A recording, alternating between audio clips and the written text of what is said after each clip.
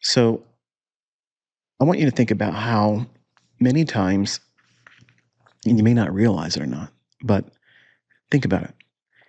You as a speculator, you as a trader, you as a developing student of the markets, you're effectively trying to cast a vision over the future of these individual candlesticks, where they're going to go, where they came from, why they did what they did, and why and what time they're going to do what you're hoping will yield in terms of a profit. You don't have control of the outcome. You don't know what the next candlestick's going to bring. You don't know if there's going to be a sharp reversal. You don't know if the price is going to stagnate. And those are uncertainties. But for the ones that's been here for a long time and have found their groove, if you will, these charts tend to have a rhythm, as a pattern, a pulse that you can tap into. And it's kind of like a knack. And I just chalk it up as experience because you get a feel for what it's trying to do. Now imagine not knowing where the market's trying to go to and how hard it would be to get in sync or in rhythm with price action. It'd be next to impossible, which is the reason why I teach the first primary function of learning how to read price action is to know where it's likely to go to. Where is it drawing to? And once you have a understanding of what it might be reaching for, then all these scenarios will start flooding your mind. Now, as a new trader, a new student, someone that sees all these things that I've made available to you, and you think, wow, I'm going to reach into the toolbox. I'm going to use everything today. I'm going to use commitment of traders. I'm going to put a seasonal tendency in there. I'm going to look for that Judas swing. I'm going to wait for the Model 22 to form. And heck, I might even go in there and do a silver bullet or two just for added pleasure. Well, truth be told, my veteran students that have been pulling millions out of the market, they have adopted a mindset that they're not trying to figure out what the next 2 or 3 price runs are going to be. They're just looking at price right now, and they want to know what is it likely to do at the very moment. If there's nothing to do, it frees their mind up, and there's no worry, there's no concern, there's no fear of missing out. It's just simply, there's nothing for me to do right now, so I'm going to disengage and relax. Now, experience will dictate whether or not there's an opportunity. And if there's an opportunity, then they can cast forth a vision. What you think the market's trying to do, how it will get there, is the vision.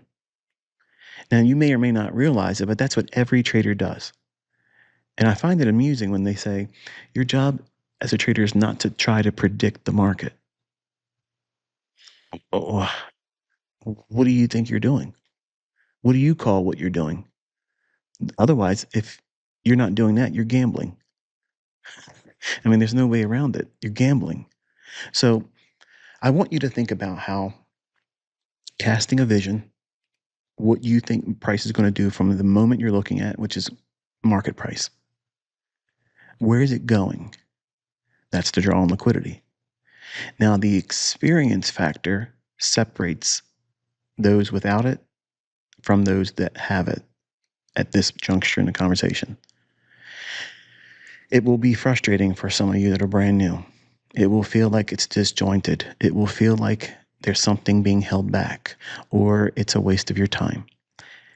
As soon as you start feeling that way, if you're brand new or if you're relatively new to my stuff, turn the video off, make a note of it in your journal that you'll come back to it with 3 months experience.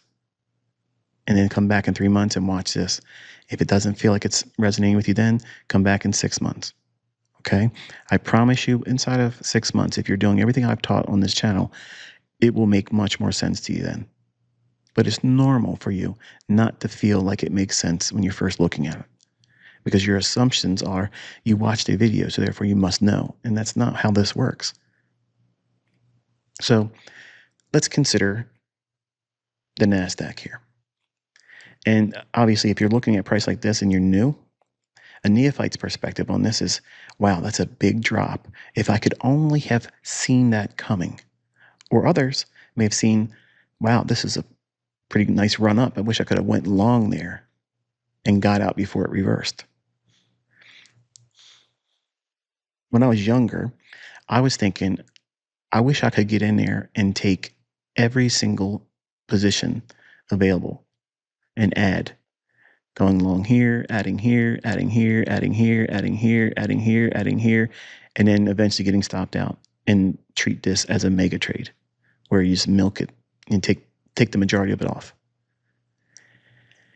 And then I went into speculating with larger amounts of money, larger risk, and I started thinking to myself, it's better for me to pick my shots because losing money is never fun.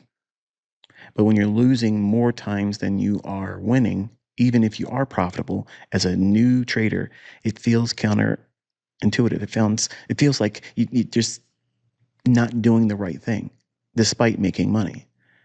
And the idea that enters your mind is that you somehow are just getting lucky and eventually the inevitable is going to happen. You're going to go into a tailspin, go on tilt, and blow the account. And as a 20-year-old, I did that a lot. And as a new trader, you're going to do that a lot too until you wrestle yourself and start bringing your focus back to casting forth a vision. That means knowing where the price is likely to go next. And if that's not clear, you do nothing. You do nothing. And it's very liberating when you can accept the fact that there's going to be times when you're not going to know. That's the reason why I stopped trading around the holidays because it gets very thin.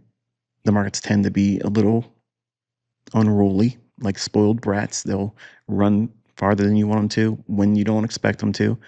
And it feels like guesswork sometimes. Not all the time, but sometimes. And I demand the market to be Swiss precision level delivery, or I'm not engaging.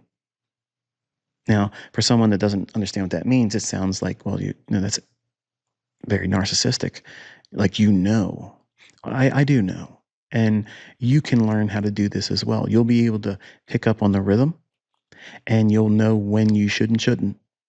But the main thing is you have to first start by understanding where the market's likely to draw to first.